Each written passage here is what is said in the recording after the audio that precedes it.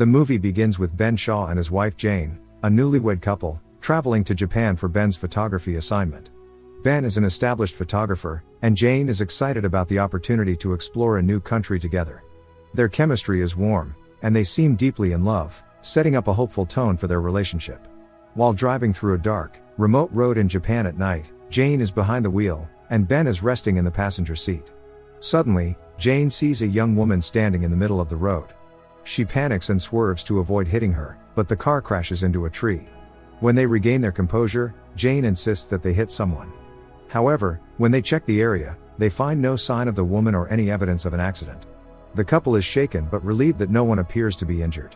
They attribute the incident to exhaustion and decide to move on. The couple arrives in Tokyo, where Ben begins his work for a fashion shoot. Ben's friend and colleague Bruno introduces them to the local photography scene, emphasizing Japan's fascination with capturing spirits in photographs, a concept rooted in Japanese folklore.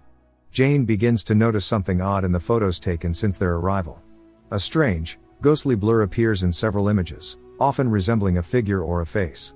While Ben dismisses it as a technical glitch or overexposure, Jane feels unsettled and suspects it might be connected to the woman they saw on the road.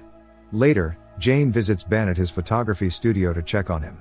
The studio is bustling with activity, with models posing under bright lights and assistants moving around to ensure everything runs smoothly. Ben is focused, giving instructions to the models while adjusting his camera. Jane watches him from the sidelines, feeling a mix of admiration and unease. She decides not to disturb him and leaves to explore Tokyo on her own. Later in the evening, Jane returns to the studio. By this time, the photo shoot has ended, and the studio is much quieter. Ben is wrapping up work with his assistant, Seiko, who is organizing equipment. Jane greets them, and Seiko, curious as always, asks where Jane went earlier. Jane struggles to recall the name of the place she visited but instead shows Seiko some of the photos she took. As Seiko flips through the images, her expression shifts. She notices strange, ghostly blurs in some of the photos. Her demeanor grows serious, and she explains to Jane that these are spirit photos, images where supernatural entities appear. Jane initially dismisses it as a camera malfunction, but Seiko insists it is something more significant. The next day, Seiko takes Jane to meet Ritsuo at his workplace, a small photography studio filled with vintage cameras and eerie photographs.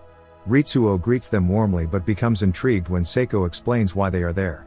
Jane shows him her photos, and he examines them carefully. To reassure Jane, Ritsuo shares a personal story. He shows her a childhood photo taken shortly after his mother passed away. In the image, a faint, ghostly blur hovers near him. He explains that such phenomena are common and that spirits often use photographs as a way to communicate unfinished business or unresolved emotions. He then takes her to a back room filled with dozens of framed spirit photos. The images range from faint, barely noticeable blurs to fully formed humanoid figures.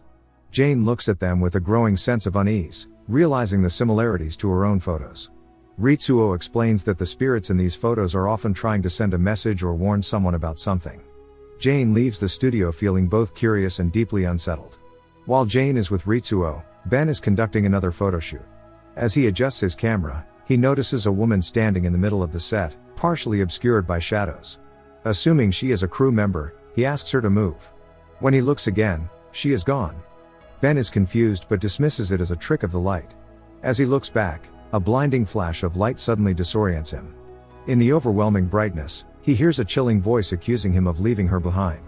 As the light fades, he finds himself staring at Seiko, who looks concerned. Later, Ben feels a sharp, unexplained pain in his neck. He rubs it absent-mindedly and continues working. While reviewing the photos from the shoot, he notices the mysterious woman appearing in one of the frames. Suddenly, water splashes onto him from nowhere. Startled, he looks in a nearby mirror and sees blood dripping down his face. But when Seiko enters, everything appears normal. The blood is gone, and the photos look fine. Meanwhile, Jane is at a crowded train station, trying to clear her mind. As she gets in the train, she notices a young boy staring intently at something behind her. Turning around, she freezes. She sees the woman that she believes she hit with her car. The woman's face is pale and expressionless, her eyes fixed on Jane. Jane screams, causing a scene. Passengers around her step back, startled. Jane panics and demands to be let off the train before it departs. She runs home, her heart pounding, convinced the ghost is following her. When Jane arrives home, she finds Ben frustrated and angry. He's muttering about how his photos are ruined.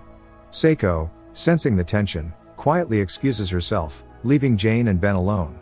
Jane picks up one of Ben's photos and immediately notices the same ghostly blurs she saw in her own pictures.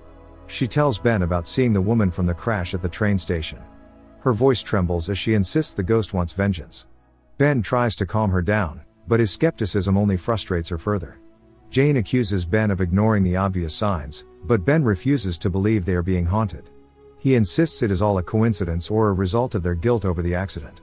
The argument escalates, leaving both of them emotionally drained.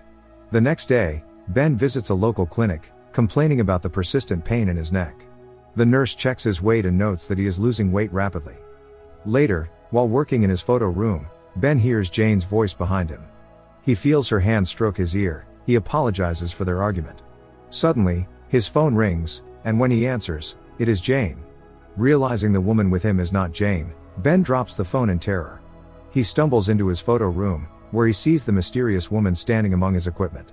Her presence is overwhelming, and Ben screams as she moves closer. Hearing Ben's screams over the phone, Jane rushes home. She finds him sitting in an empty apartment in their building, staring blankly ahead. Jane cautiously approaches, calling his name. Ben looks up, his face pale and confused. He has no memory of how he got there. Jane, however, is convinced he encountered the ghost again. She decides they need to take the haunting seriously and figure out what the spirit wants before it is too late. The next day, Ben and Jane visit Mures, a local expert in supernatural phenomena, hoping to find answers about the ghostly blurs in their photos. Jane presents the photos, explaining the blurs and their increasing encounters with the mysterious woman. Mures studies the photos closely, his expression darkening. He confirms that a spirit has attached itself to them but admits he doesn't know the reason. Jane hesitates before confessing about the accident, the night they hit a woman with their car. Hearing this, Mures becomes visibly agitated. He steps back, his demeanor shifting from curiosity to fear. He tells them he cannot help and insists they leave immediately, almost as if their presence endangers him.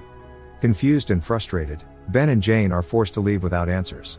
Back at their apartment, Jane cannot shake the feeling that something critical is being overlooked. She reviews Ben's photos again, noticing the distorted imagery and the recurring appearance of the ghostly figure. Determined to uncover the truth, she decides to investigate on her own. Jane goes to Bruno's office building, seeking any clues that might connect to their haunting. She enters an empty room and begins taking photographs, hoping the camera will reveal something her eyes cannot see. As she reviews the photos, she sees the woman standing by the doorway. Suddenly, the door slams shut on its own, startling Jane. A framed photo on the wall falls to the floor. As she picks it up, her breath catches. She recognizes the woman in the photo as the one they hit. Turning the frame over, she notices a label indicating Ben as the photographer. Meanwhile, Ben wraps up his photoshoot for the day. The models and crew leave, and the studio falls silent. As he relaxes on the sofa, the cameras suddenly begin taking pictures on their own. The rapid clicking fills the room, and then the lights go out. Calling out into the darkness, Ben feels a cold hand grab his leg. He looks down and sees the ghostly woman crawling toward him. Panicking, he screams and tries to crawl away, but her grip tightens. Jane arrives moments later, finding Ben on the floor, visibly shaken and incoherent.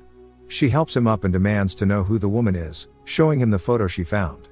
Cornered, Ben finally admits the truth. Ben reveals that the woman's name was Megumi, and she was his interpreter when he first came to Japan. They had a brief relationship, but when Megumi's father passed away, she became emotionally dependent on him. Her clinginess and obsession drove Ben away, and he left Japan without saying goodbye. Jane listens in stunned silence, realizing the depth of Ben's betrayal and the pain Megumi must have endured. The next day, Ben and Jane go to Bruno's apartment to confront him about Megumi. The apartment is eerily quiet. As they search, they find Bruno in his bedroom, looking disheveled and possessed by something sinister. Before they can intervene, Bruno runs to the balcony and jumps to his death. Jane screams, and Ben is left in shock, realizing that whatever is haunting them has claimed another victim. Determined to put an end to the haunting, Ben and Jane decide to find Megumi's body. They visit her childhood home, a dilapidated house filled with dust and decay. As they explore, Jane notices someone sitting on the balcony. They assume it is Megumi's spirit and cautiously approach. When they open the door, they are confronted by Megumi's decomposed corpse. Empty bottles of poison around, suggesting she took her own life. That night, they check into a hotel, hoping for respite. Ben wakes in the middle of the night, drenched in sweat. He goes to the bathroom to splash water on his face. When he returns to the bedroom, he sees Megumi walking toward him. Overcome with fear, Ben stumbles and falls to the ground. Megumi forces her tongue into his mouth, and Ben begins choking. Jane wakes to find him convulsing on the floor. Flies pour out of his mouth as he gasps for air. Jane confronts the spirit, begging it to leave and declaring that Ben never truly loved her. Megumi seems to relent, releasing Ben and disappearing into the shadows. The next day, they attend Megumi's funeral, hoping to bring closure to her restless spirit. However, a few hours after returning to New York, Jane discovers a camera in Ben's bag. Curious, she reviews its contents and is horrified by what she finds. The photos reveal Ben and his friends violating Megumi while she was unconscious. Jane confronts Ben, who finally admits that Bruno had convinced him to drug and assault Megumi. Devastated, Jane realizes that Megumi's spirit was not seeking vengeance but trying to warn her. She breaks off her relationship with Ben and leaves the apartment. Enraged and desperate, Ben searches for Megumi's spirit, taking photos in every corner of the apartment. When he throws the camera to the ground in frustration, it takes a picture of him. In the photo, Megumi is perched on his shoulders, her weight crushing him. Panicking, Ben tries to remove her by electrocuting himself. He survives but is left mentally broken. Days later, Ben is confined to a mental institution. As a nurse delivers his food and leaves the room, the reflection in the window reveals Megumi's spirit still clinging to him, ensuring he never escapes her torment.